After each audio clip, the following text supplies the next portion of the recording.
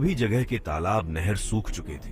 उसी जंगल में एक पेड़ पर एक चिड़िया रहती थी। चिड़िया का नाम चीकू था। एक दिन काली कौवा उड़ते हुए चिड़िया के पास आता है। चिड़िया बहन, क्या हुआ? इतनी उदास क्यों बैठी हो तुम? क्या करूं काली कौवे, 2 दिनों से भूखी हूँ। 2 दिनों से कुछ भी खाने को नहीं मिला है। अच्छा, तो ये बात है। मैं भी 2 दिनों से भूखा हूँ। जंगल में सूखा का समय चल रहा है और भोजन भी नहीं मिल रहा है। काली कौवे, तुम तो बहुत चालाक हो। तुम कैसे भूखे रह गए? हाँ, ये तो तुमने ठीक ही कहा चिड़िया, मैं तो चालाक हूँ ही। चलो, मेरे पास एक उपाय है।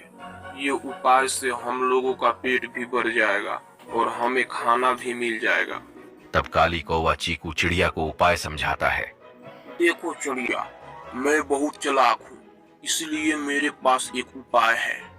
जंगल के बाहर जो एक छोटा सा गांव है, उसी गांव में एक रोड पर एक ठेले वाले ने अपने ठेले पर नाश्ते पानी का दुकान किया है। चलो, उसी दुकान से हम लोग एक रोटी चुरा लेते हैं।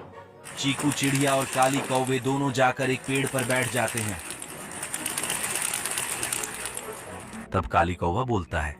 देखो चिड़िया, मैं इस दुकान के पीछे जाकर छिप जा रहा हूँ। जैसे ही इस दुकान वाले उधर जाएगा, तुम मुझे जोर से आवाज देना, मैं रोटी लेकर भाग जाऊंगा। तब काली कौवा जाकर दुकान के पीछे छिप जाता है।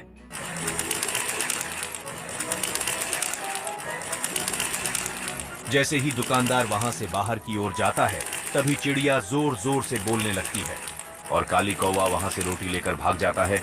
और पीछे पीछे चीकू चिड़िया भी काली कौवे के साथ जाने लगती है और वह रोटी लेकर एक पेड़ पर जाकर बैठ जाते हैं और बांटने लगते हैं।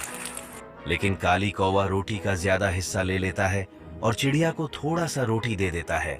तुम्हारा हिस्सा चिड़िया इतनी सी ही है, लो खा लो। तब चिड़िया बोलती है। मेरा भी तो उतना ही हिस्सा हुआ जितना तुम्हारा हिस्सा हुआ। तुम मुझे इतनी सी रोटी क्यों दे रहे हो? यदि मैं वहाँ नहीं चिल्लाती तो तुम रोटी कैसे लाते? हा हा, कमजोर चिड़िया, सब तो मैंने किया है। यदि मैं नहीं होता तो तुम्हें ये भी नहीं मिलता। चुपचाप खा लो, ये थोड़ा सा देकर तुम पर मैं बेसान ही किया हूँ। और फिर कौवा रोटी लेकर वहां से भाग जाता है। काली कौवा अगले दिन सुबह फिर चिड़िया के पास आता है और बोलता है। चिड़िया दीदी कैसी हो? वैसे मुझे कल तुम्हें रोटी ज्यादा देनी चाहिए थी। कल मैंने आपको रोटी कम दी थी, लेकिन आज क्या ख्याल है? चलो, आज भी जाते हैं और वहाँ से रोटी लाते हैं। लेकिन बेचारी चीकू चिड़िया को भी तेज भूख लगी थी। ठीक है काली कौवे, लेकिन आज भोजन बराबर बराबर बांटना पड़ेगा। ठीक है चिड़िया बहन, अब तो चलो। चीकू चिड़िया और काली कौवा फिर उसी दुकान वाले के पास जाते हैं और कौवा फिर से दुकान के पीछे छिप जाता है।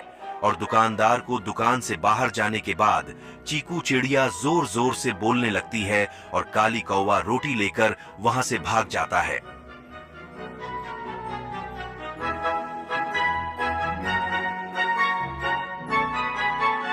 और पीछे पीछे चीकू चिड़िया भी काली कौवे के साथ जाने लगती है और वह रोटी लेकर एक पेड़ पर जाकर बैठ जाते हैं और बांटने लगते हैं।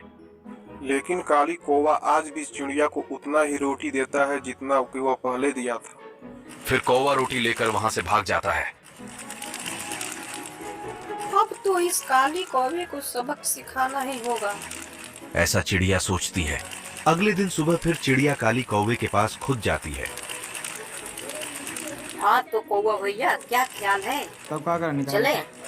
हाँ चिड़िया, क्यों नहीं, आज भी हम लोग चलते हैं। लेकिन आज भी तुम्हारे हिस्सा उतना ही मिलेगा जितना कल मिला था।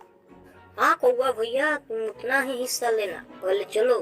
चीकू चिड़िया और काली कौवा फिर उसी दुकान वाले के पास जाते हैं और कौवा फिर से दुकान के पीछे छिप जाता है।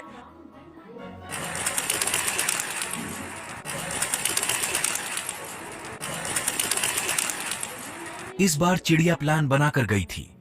जैसे ही दुकानदार ने रोटी सेकने वाला चिमटे को बाहर निकाला, तभी चिड़िया जोर जोर से चिल्लाने लगी और कौवे रोटी लेने के लिए जैसे ही ठेला के पास गया, उसी वक्त दुकानदार ने उसके पूंछ में चिमटे का आग ठेका दी जिससे कौवा का पूंछ में आग लग गया और कौवा जोर जोर से चिल्लाने लगा।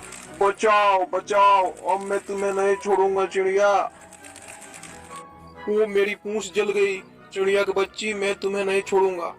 चल हट काली कौवे, तुम जो मेरे साथ रोज करते थे वो अच्छा करते थे, तुम्हारा यही सजा है। हाँ, अपने घाव पर मलहम जरूर लगाना। चल जाए यहाँ से।